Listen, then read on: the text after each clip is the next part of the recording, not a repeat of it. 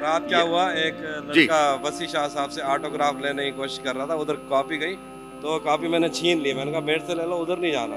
لوگ محبوب کے بارے میں وہ ہوتے ہیں، ان کو جلن ہوتی ہے۔ میرا مسئلہ یہ ہے کہ کوئی دوسرے شاعر کو سنتا ہے تو پھر مجھے ٹینشن ہوتی ہے۔ تو یہ شاعرانہ جیلسی آپ کے اندر موجود ہے؟ یہ شاعرانہ جلدی صرف میرے اندر نہیں ہے، معاصرانہ چشمے جو تھی میر صاحب کے اندر بھی تھی۔ وہ یہ کہتے تھے کہ ولی دکنی کہاں سے اٹھ کے آ گیا، یہ تو کیا شاعری کرے گا۔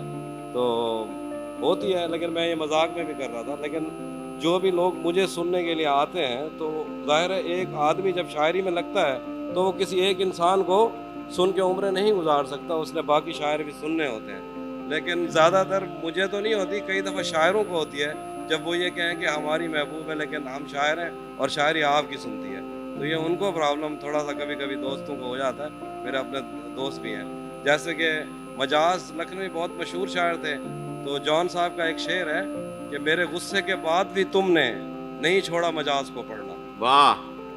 تو یہ شاعر کے لیے بڑی پرابلم ہے اگر اس کا محبوب کسی اور شاعر کو پڑھے، لیکن اللہ کا شکر ہے، لیکن میرے تو کوئی اس طرح ہے ہی نہیں محبوب۔ محبوب تو جب ہم نے سوچا تھا تب مل جاتا۔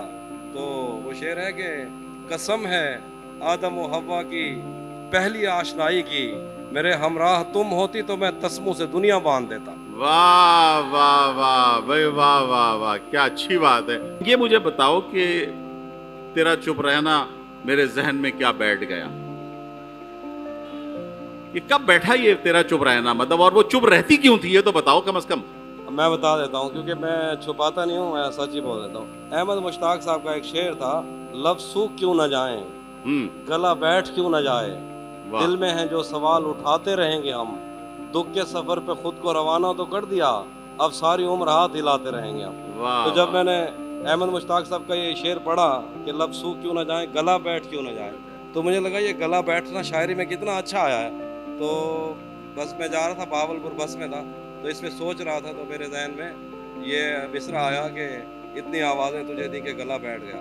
تو پھر مجھے اچھا لگا تو پھر میں نے اس پہ کام شروع کر دیا، لکھنا شروع کر دیا، تو یہ ایسا ہو گیا۔ جی تو عطا ہو، یہ پہلے سب سے پہلے یہی عطا ہو۔ تیرا چپ رہنا میرے ذہن میں کیا بیٹھ گیا، اتنی آوازیں تجھے دیں کہ گلا بیٹھ گیا، واہ یوں نہیں ہے کہ فقط میں ہی اسے چاہتا ہوں، جو بھی اس پیڑ کی چھاؤں میں گیا بیٹھ گیا۔ بیٹھ گیا، واہ واہ واہ بھائی، واہ واہ اتنا میٹھا تھا وہ غصے بھرا لہجہ مت پوچھ، واہ اس نے جس کو بھی جانے کا کہا بیٹھ گیا، واہ واہ بات دریاؤں کی سورج کی نہ تیری ہے یہاں، دو قدم جو بھی میرے ساتھ چلا بیٹھ گیا، واہ، اور بزم جانا میں نشستیں نہیں ہوتی مخصوص، کیا جو بات بھی ہے، ایک بار جہاں بیٹھ گیا بیٹھ گیا۔ واہ واہ